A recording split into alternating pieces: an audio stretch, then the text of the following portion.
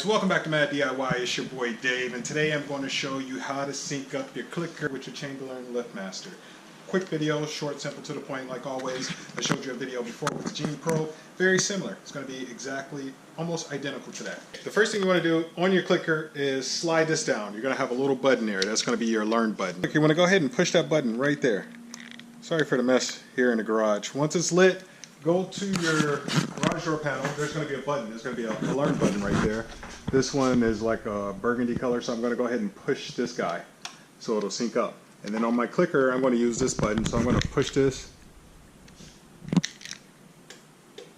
twice.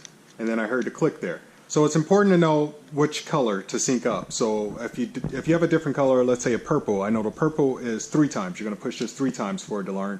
Since mine is like that burgundy orange color, I just push it twice for it to learn. Now I just hit this one more time to finalize it. And now, voila. Boom. Quick, simple, to the point, like always.